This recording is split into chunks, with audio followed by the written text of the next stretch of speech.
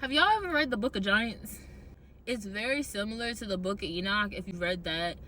It's talking about the fallen angels, and it's talking about their offspring. So if you haven't read this book, let me give you a little insight, right? The fallen angels, before they fell, they were part of a group called the Watchers. The Watchers were a designated group of angels that their role was to watch over humanity. Because this is Genesis. So what happened was, the Watchers, they saw all of the crazy, destructive, sinful nature happening here on Earth, and which was happening with humans.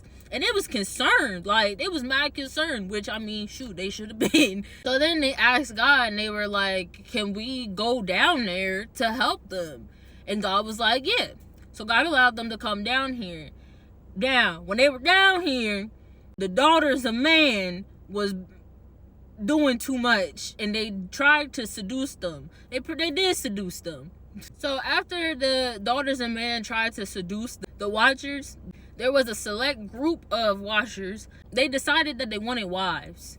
So then this group of Watchers, they all collectively vowed to take the punishment of what was going to happen, because they knew that they were going to be disobeying God. So then after they all vowed to take the punishment, they went and they took for themselves wives, human wives, right? Now I'm about to merge a little bit of the Book of Giants and the Book of Enoch, because it's the same story, right? So when they took themselves wives, what happened was, one, we got giants, which is crazy because, if you really think about it in the long scheme of things, and if you keep reading your Bible and then you get all the way to Numbers, and you get to they about to go to the promised land type stuff, then you see that right before they were scoping out the promised land, and they saw that the sons of Anak, which were giants, lived there, and they had to go and defeat the giants in order to take the promised land. So it's even crazier to think about that, because God allowed all of this to happen for his glory. So when this happened, right, they slept with the women and made giants. Obviously there had to be consequences for them actions. The non-holy Watchers, they all were imprisoned. Their leader, whose name is Azazel, he was bound in chains in prison in the abyss. Secondly, we also get the flood, because after that happened, God was like, listen, it was too much wickedness going on in the world. So before God actually sent the flood, he sent a messenger.